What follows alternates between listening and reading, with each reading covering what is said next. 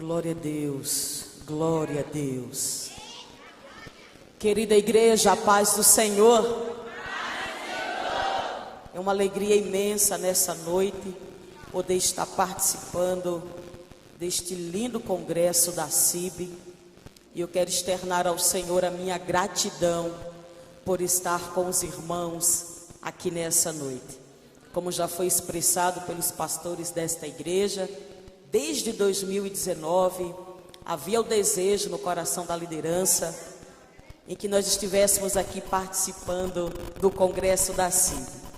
E tudo tem um tempo determinado. E eu estou muito feliz em estar participando. Louvo a Deus pela vida do pastor Gerson, da pastora Raquel. Muito obrigada. Desde que eu coloquei os meus pés aqui nesse estado, eu tenho sentido o cuidado de Deus por intermédio da vida de vocês. Volto para Aracaju com a certeza que o Senhor ainda tem os seus remanescentes na terra. Pastora, que prazer conhecê-la. Muito obrigada pelo carinho. Eu sei que nessa noite a senhora vai estar intercedendo pela minha vida, para que o Senhor mais uma vez continue falando com a sua igreja. Aos pastores presidentes que foram mencionados aqui nessa noite com as suas respectivas esposas, recebam também o nosso carinho e a nossa palavra de saudação.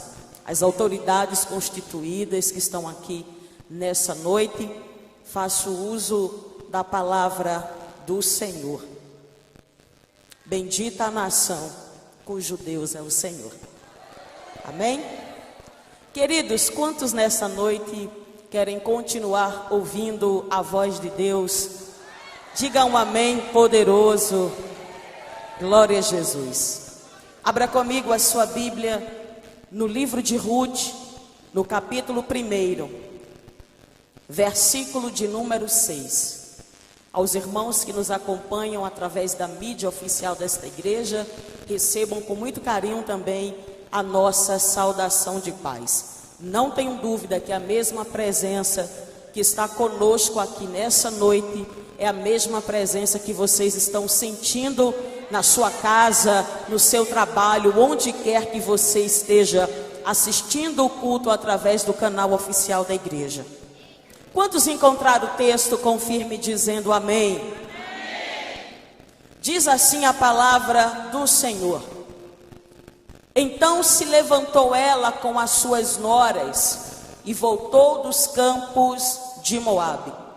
Porquanto na terra de Moabe ouviu que o Senhor tinha visitado o seu povo, dando-lhe pão. Os que podem, tome o seu assento, glorificando e exaltando ao nome santo do Senhor Jesus. Queridos irmãos, o livro de Ruth é um livro pequeno, como já foi dito aqui pela nossa irmã que nos antecedeu, mas é um livro que traz uma linda história que revela os cuidados providenciais de Deus na vida de duas mulheres.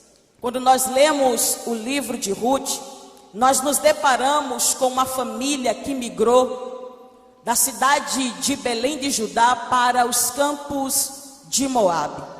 Se você ler o livro, você percebe, através de evidências internas, que o autor tem o cuidado de descrever para os seus leitores, para o seu público-alvo e posteriormente para aqueles que leriam o texto.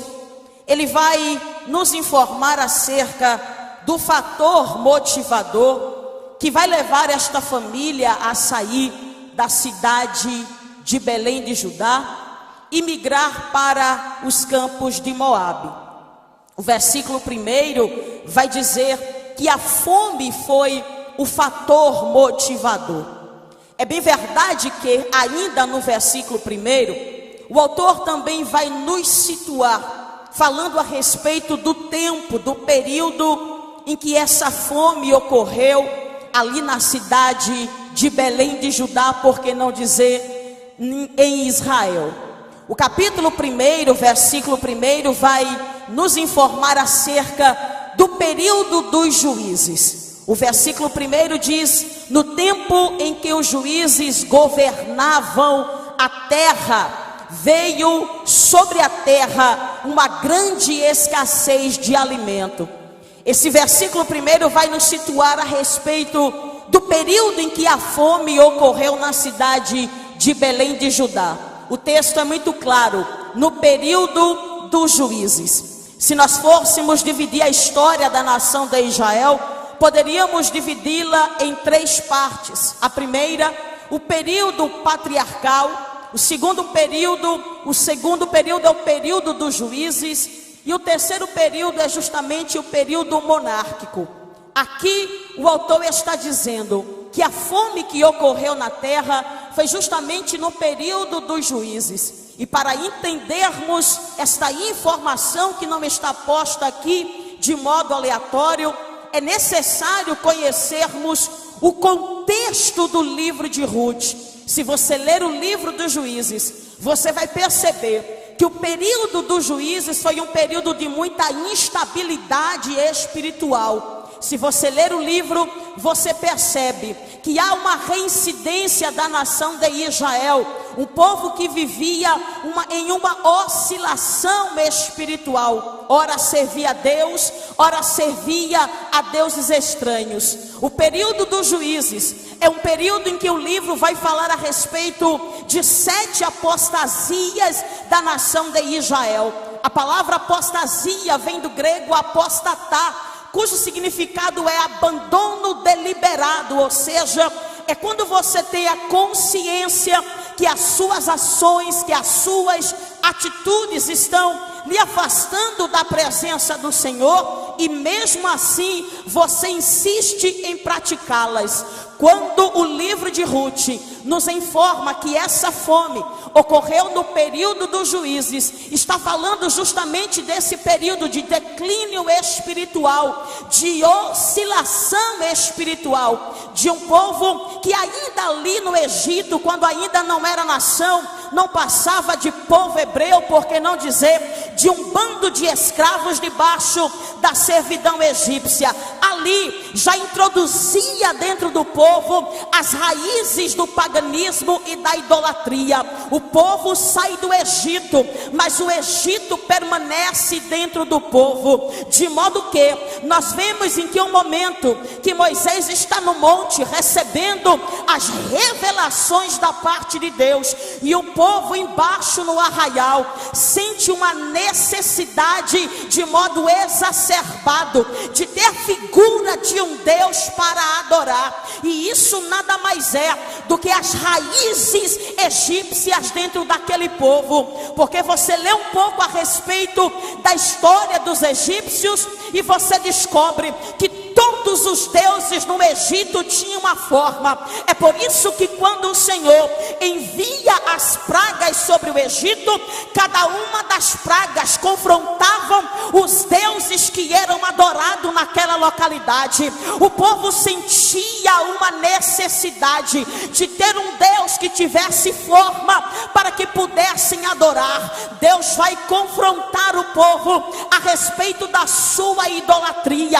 Eles entram em Canaã e eles se deparam com os povos que já habitavam naquela localidade, a saber, aqueles que são descritos em Gênesis no capítulo de número 15, a partir do versículo 19. Os queneus, os ferezeus, os heveus, os cadimoeus, todos os zeus que vocês podem imaginar, eles estavam ali habitando na terra de Canaã. O povo adentra a terra da promessa e eles vão se deparar com povos que habitam na terra e que têm uma cultura, um costume, uma religião completamente distinta da nação de Israel. Você lê o capítulo 2 do livro dos juízes, você percebe a nação eleita, a escolhida pelo Senhor, fazendo aliança com os povos da terra, se casando, sendo que o próprio Deus havia estabelecido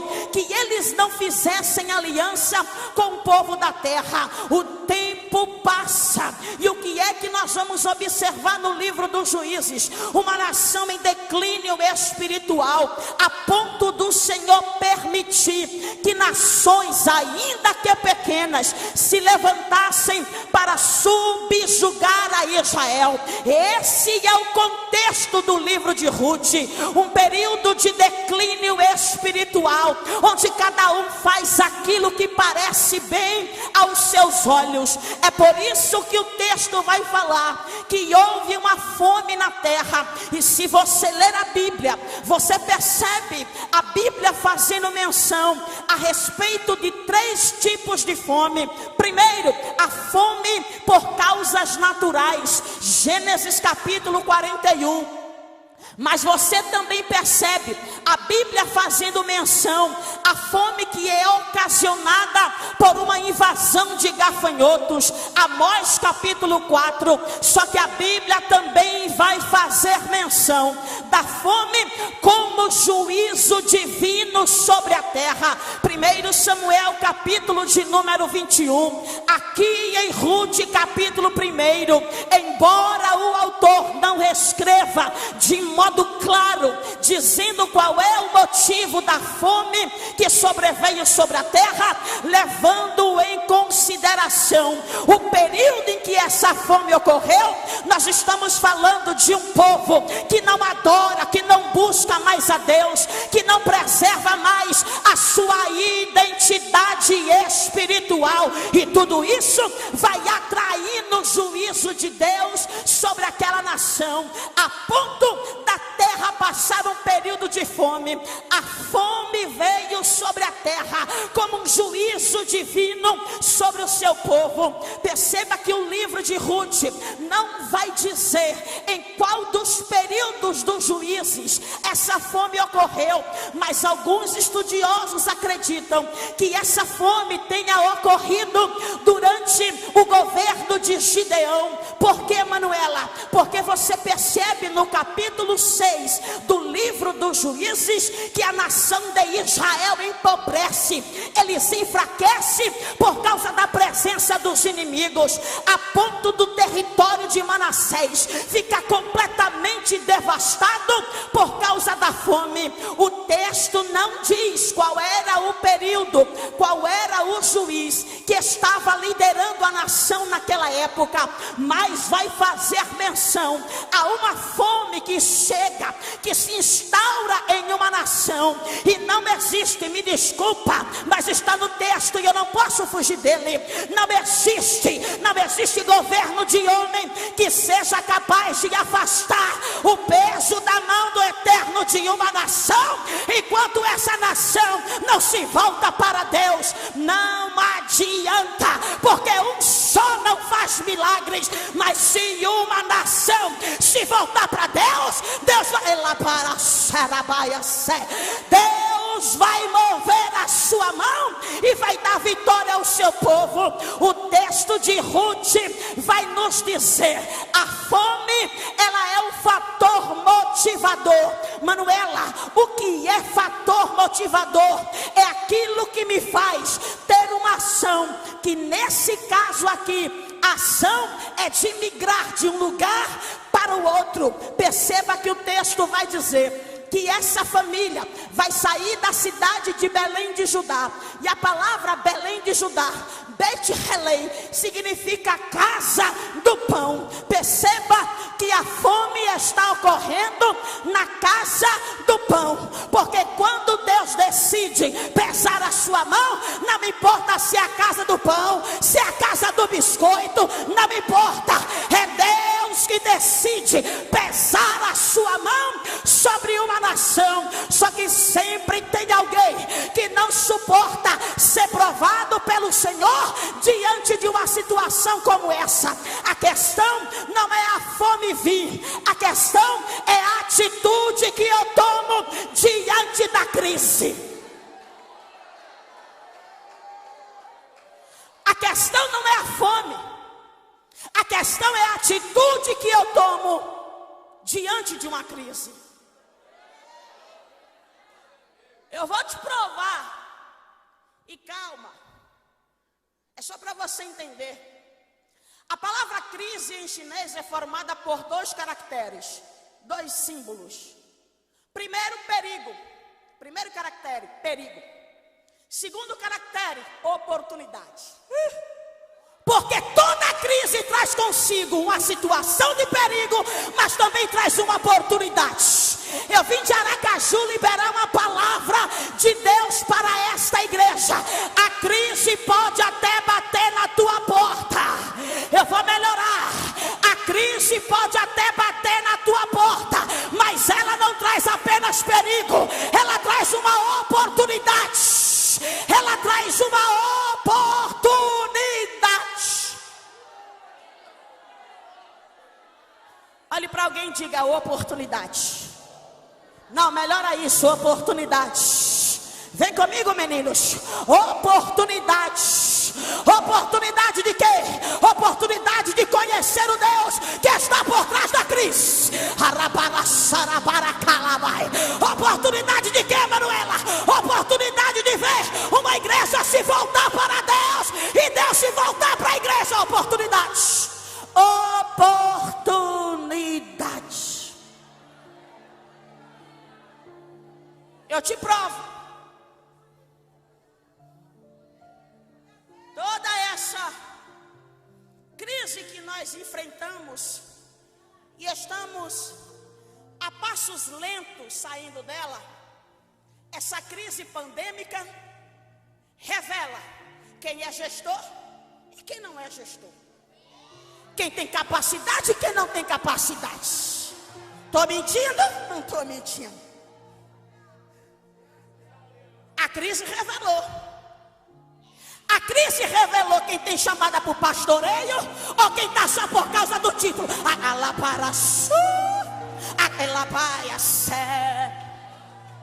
A crise revelou quem é crente nominal ou quem é crente de verdade. A crise revelou.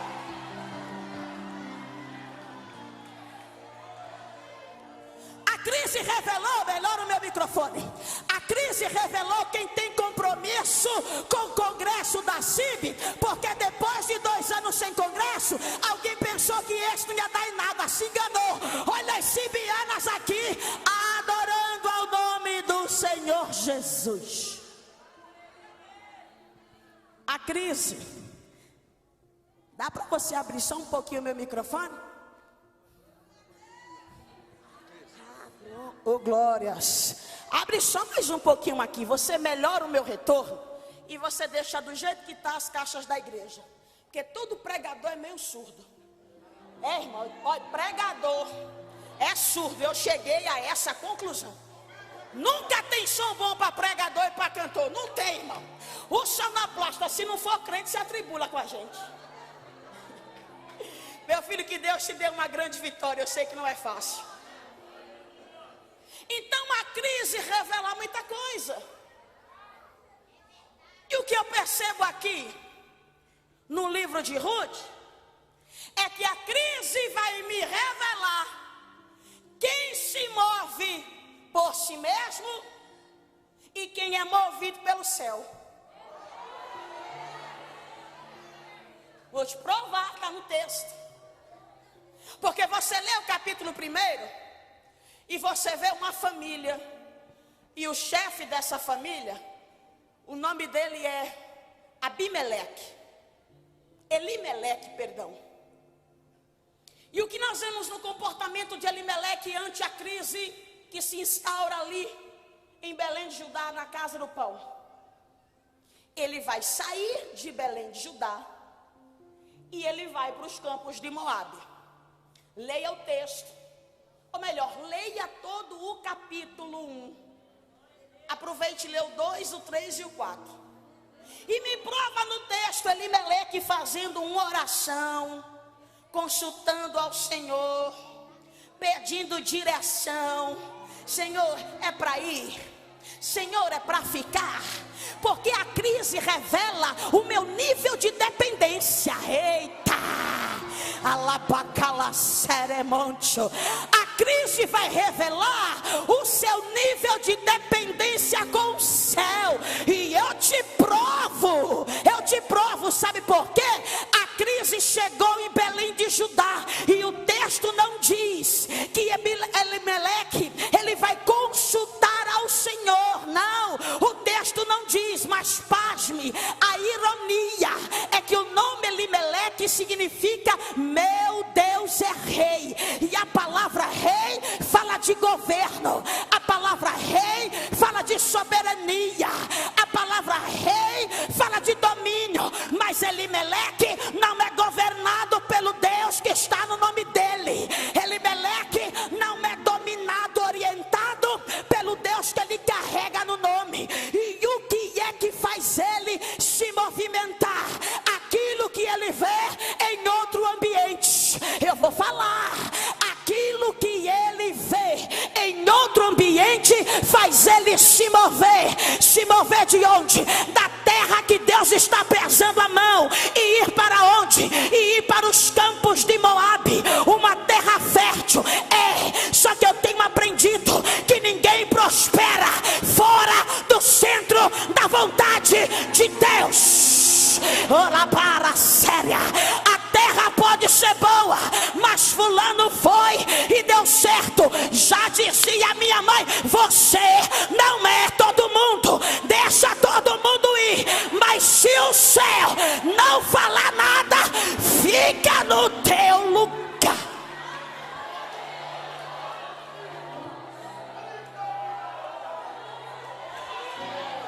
Fala para alguém, fala para alguém, diga, deixa quem quiser ir, vai, diga, deixa quem quiser ir, mas enquanto o céu não falar com você, daqui você não vai arredar pé.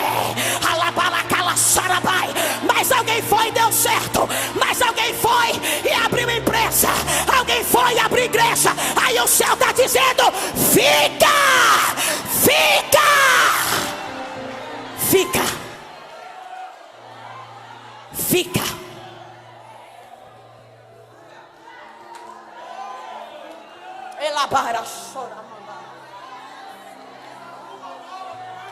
Enquanto a gente não entender que não é o lugar, mas é a presença que anda conosco, a gente vai dar umas cabeçadas na vida. Sabe por quê? Em Gênesis 12, Deus manda Abraão sair para fazer ele grande. Não é verdade? Sai, farei de ti uma grande nação. Mas você vai para Gênesis 26, Deus manda Isaac ficar para fazer dele grande. Entende um negócio desse? Porque nunca será o ambiente, é a presença que anda comigo. Eu vou melhorar, porque eu estou pregando para Cibeanas e para uma igreja aqui nessa noite, que estava tudo pronto, a mala estava pronta, estava tudo certinho para você sair da cidade. Só que o céu está dizendo, não é o ambiente, é a minha presença do teu lado.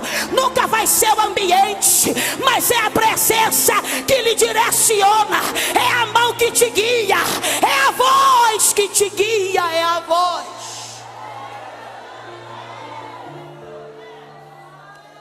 Elimeleque é movido por aquilo que vê. E o que ele vê? A sua terra natal, tendo fome, crise. Em contrapartida, ele vê os campos de Moabe, campos férteis, prosperidade. Então ele vai se mover por aquilo que vê. Se fosse hoje, caminhão baú na porta, bota os picuá, como a gente costuma dizer lá em Aracaju, bota os picuá tudo lá dentro. Partiu. Para onde? Moabe. Só que eu vou lhe dizer uma coisa: quem não pede direção para sair, não cobre de Deus abençoar a tua permanência em determinado lugar. Vou falar. Se eu não peço a Deus para sair, Deus não tem obrigação nenhuma de me fazer prosperar, de me guardar onde eu chegar. Não tem. Então ele sai.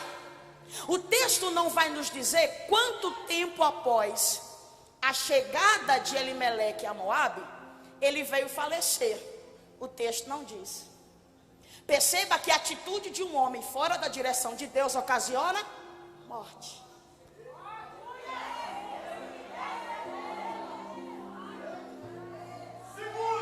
Segura.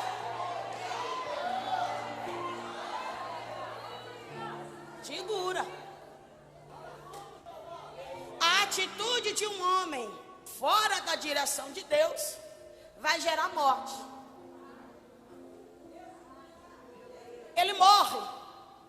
Seus filhos Malom e Quilion vão contrair matrimônio. E o que é que nós vamos ver? Se pai quebra princípio, o filho também quebra princípio. Porque você não pode cobrar que seu filho faça se você não faz.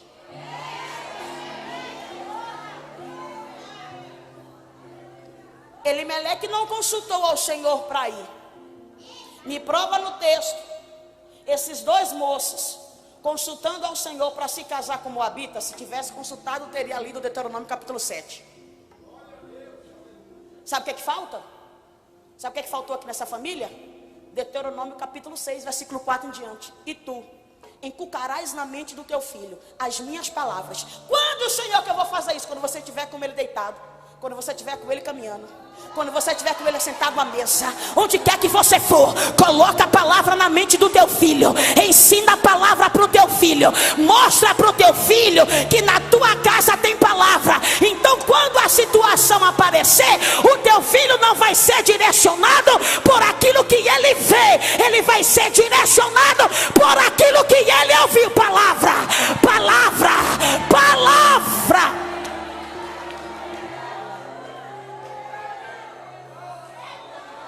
Os moços se casam, mas esse não é o meu objetivo na mensagem. O meu objetivo aqui é falar de uma mulher que dentro do contexto da sua época não tinha muito voz. Não tinha muito voz.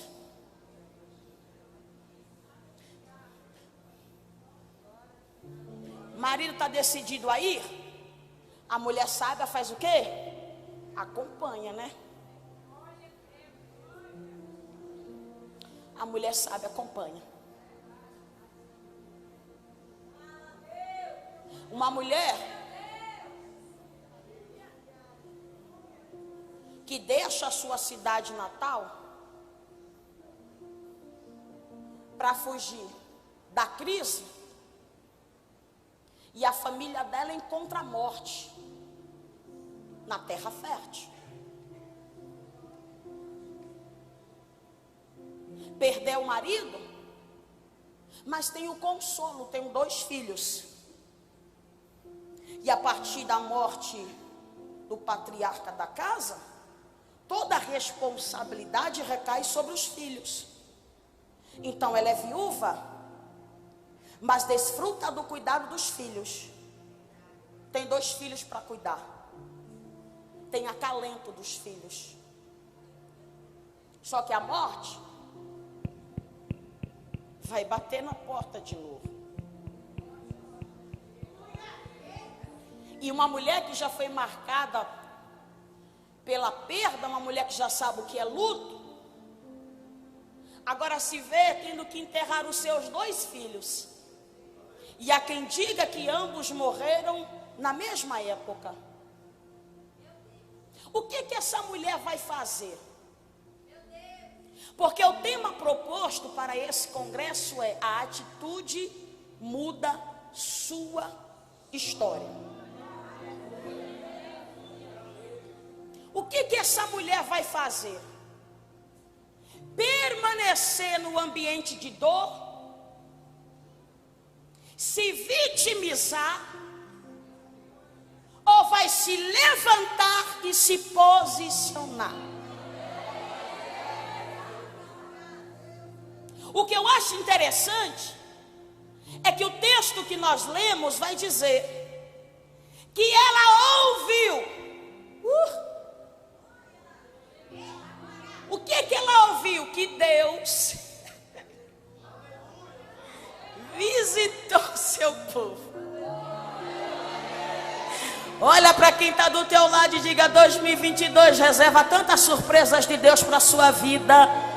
Não, mas fala com vontade, porque do jeito que você está falando, nem você mesmo acredita no peso desta palavra que você está liberando. Diga: 2022 reserva muita surpresa para a sua vida.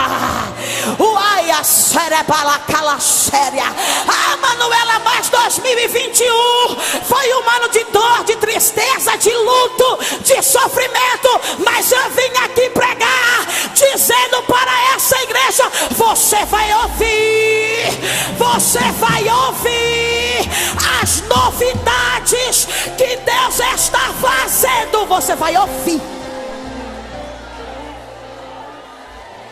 E ao ouvir, você não vai se mover por aquilo que você vê.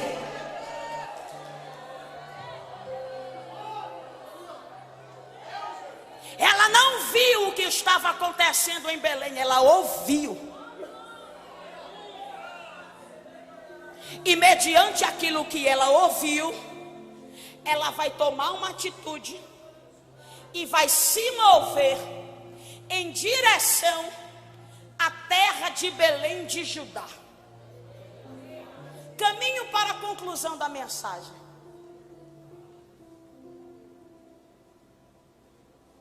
O tema, a sua atitude muda a sua história, me faz pensar sobre duas coisas. Quais são? Quando eu tomar a atitude de voltar para um ambiente que eu não deveria ter saído,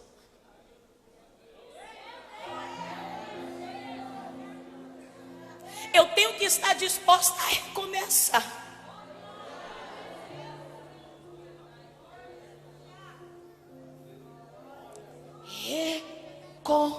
Recomeçar. Entenda isso aqui. Quando você decidir, porque é uma decisão, irmãos, não vai adiantar nada você ouvir, e desde ontem você vem ouvindo a respeito dessa temática. Não vai adiantar nada você ouvir aqui novamente e você não tomar uma atitude. E quando você tomar essa atitude de voltar, e cada um aqui sabe qual é a Belém que você precisa voltar. Não dá para o pregador mastigar toda a mensagem e botar na tua boca, não dá. Cada um sabe qual é a Belém que precisa voltar. Então, quando você decidir voltar para um ambiente que você não deveria ter saído, você vai ter que recomeçar. E eu vou dizer uma coisa: vai recomeçar do zero. Porque a mulher que saiu de Belém farta, vai voltar vazia. E ela vai dizer, no capítulo 2, se não me falha a memória, quando ela chega, ela diz: não me chame de Noemi, me chame de Mara. Aí Deus falou comigo quando eu cheguei aqui: Manuela, diga para a minha igreja que todos nós temos uma fase de Mara na nossa vida. Todos nós temos. Todos nós temos uma fase de Mara na nossa vida. Sabe que fase é essa? É a fase que você olha para a situação que você vive, para a situação que você está. Você olha para tudo que você perdeu, tudo que ficou para trás, e você fica com uma amargura. Aí não venha me dizer que você nunca sentiu, não. Deixa de história. Deixa de história, viu? Vem com graça para cima de mim, não. Todos nós já tivemos um dia de Mara na nossa vida. Aquele dia que até o nosso sorriso é amargo, que as palavras são amargas. Todos nós já tivemos um dia de Mara na nossa vida. Mas deixa eu te dizer uma coisa: se você tomar uma atitude aqui nessa noite e decidir recomeçar, eita, canto, rebaio, séria. Se você tomar uma atitude aqui nessa noite de recomeçar, recomeçar, o céu está disposto a escrever uma nova história para a sua vida. Eu vou liberar uma palavra profética para você aqui nessa noite. Não me importa como foi o teu dia, não me importa como foi o teu ano, quando você tomar uma atitude, o céu vai escrever uma nova história. Uma nova história, o céu vai escrever.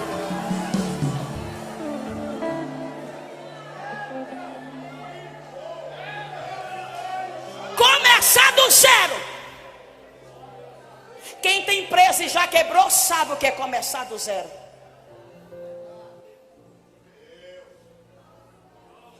Quem é casado e já viu o casamento lá pelas cucuias, como a gente costuma dizer, sabe o que é começar do zero.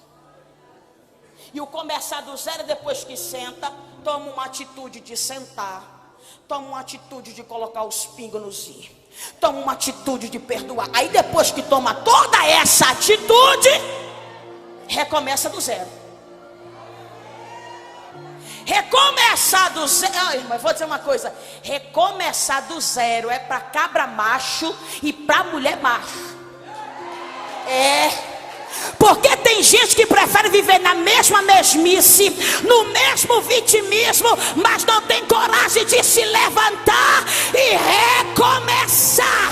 Mas eu estou pregando para cibeanas aqui nessa noite que o céu está dizendo: uma atitude sua é tudo que eu preciso, é de uma atitude sua.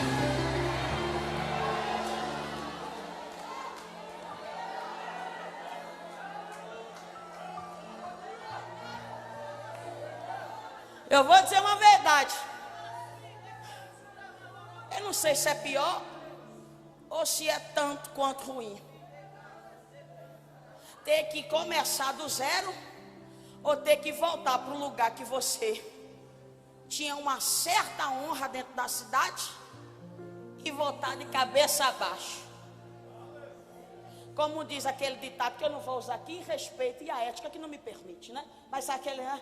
Voltou, né? Com a cabecinha entre as pernas, né? Voltou, né? Mas deixa eu lhe dizer uma coisa: é melhor voltar e viver uma novidade do que ficar preso ao orgulho num ambiente que Deus não quer que você esteja. Vou falar. É melhor tomar uma atitude e voltar e ver alguém olhando para vocês e nem parece aquela que andava na cidade de cabeça erguida, que o marido era assim, que os filhos eram assado. É melhor voltar e encarar os olhares e os apontamentos, mas em contrapartida ver o Deus de Israel escrevendo uma nova história do que permanecer no mesmo lugar. Pegue na mão de alguém, pegue, mas pegue com vontade. Pega com vontade. Me presta a tua mão, pastora. Me empresta ela para aquela séria, porque o céu me autoriza a liberar uma palavra. Tu vai voltar para o ambiente, vai encarar os olhares, mas eu estou voltando com você. Levante a mão para adorar. Levante a mão. Levante a mão. A sua atitude vai fazer Deus reescrever a sua história.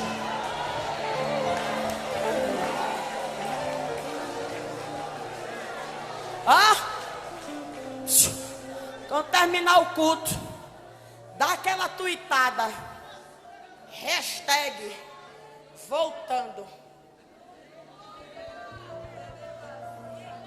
Quem ficou em casa não vai entender nada, mas quem está aqui sabe do que se trata. Rebaral a séria. Quem está em casa vai ver, mas o que é que aconteceu? Ela foi para o congresso e quando chegou postou uma foto e a legenda da foto foi hashtag tô voltando. É o céu dizendo: era isso que eu queria ouvir. Era isso que eu queria ouvir.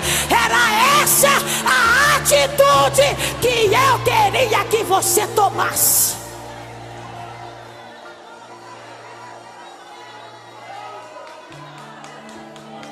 Segunda coisa, essa atitude de voltar, você vai ter que entender isso aqui, que para cada fase da sua vida, Deus vai colocar pessoas específicas do teu lado. Para cada fase da sua vida, Deus vai colocar pessoas específicas do teu lado. Sabe por quê? Porque a mesma oportunidade que foi posta diante de Orfa, foi posta diante de Ruth. Só que entenda, algumas pessoas vão permanecer no teu caminho até a fase 1. Irmão, eu demorei a entender isso aqui.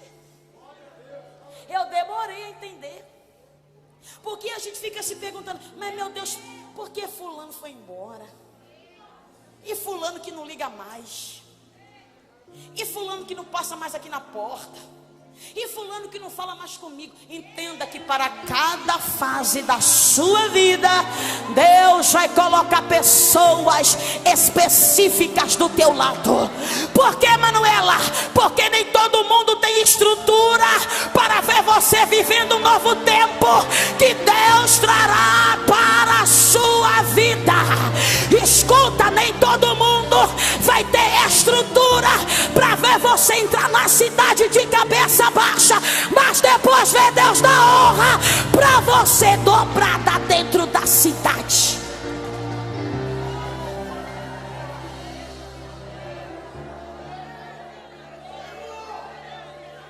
Então faz um favor para a tua alma, para de reclamar por de quem foi e começa a dar graça por quem ficou.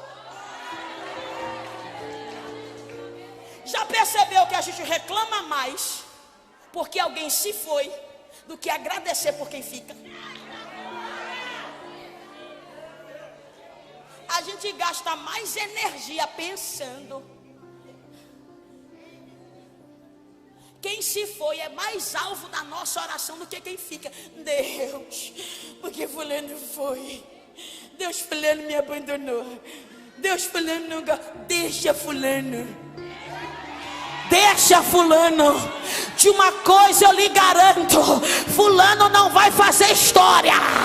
Não, não, não, não, não, não, não. Fulano não vai fazer história.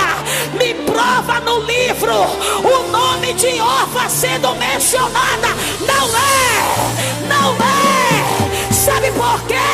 Porque não me entendeu que para cada tempo Deus tem pessoas específicas.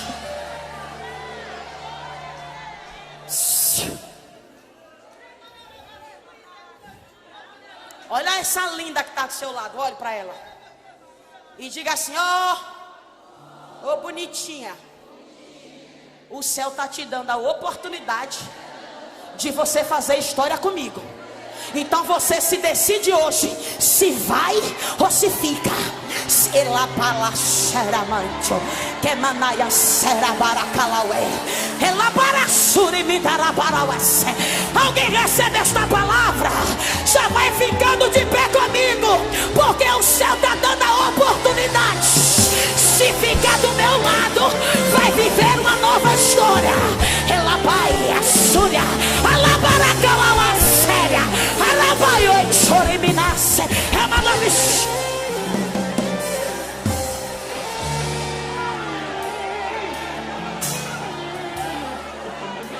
O céu está dando oportunidade. Depois não vem dizer que eu mudei. Não é porque o pastor Gerson mudou. É porque a pastora... Não, minha filha, eu não mudei não. É você que não soube fazer as escolhas assertivas.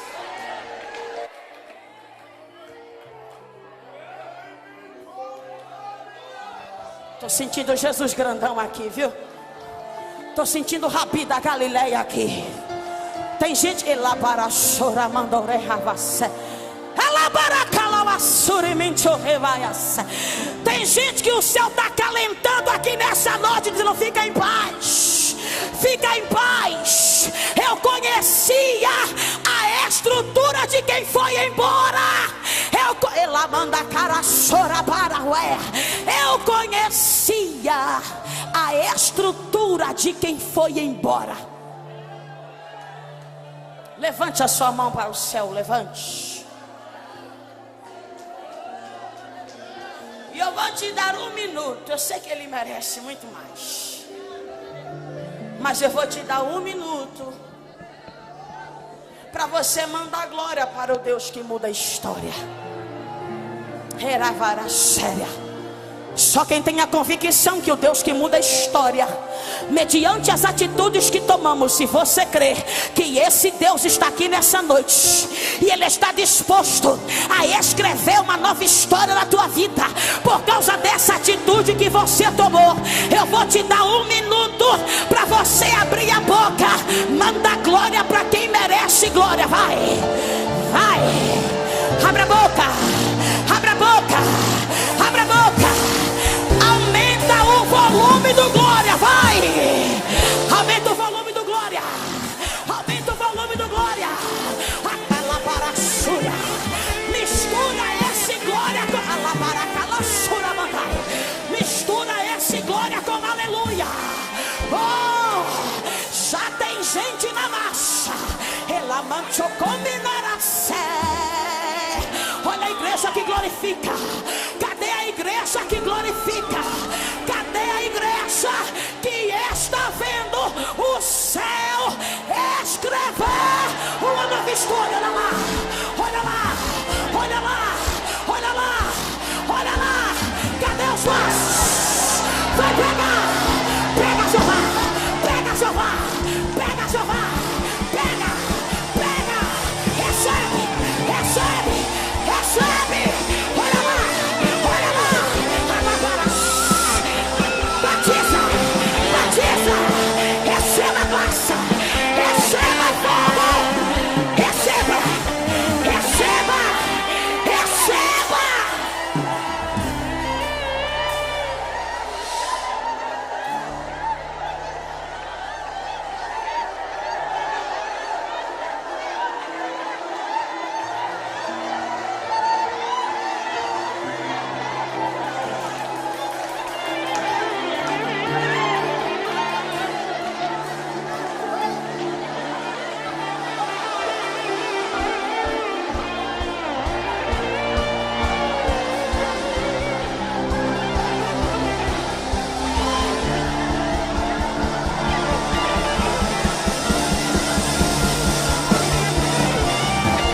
Deus tem uma nova história para a tua vida. Deus tem uma nova história para a tua casa.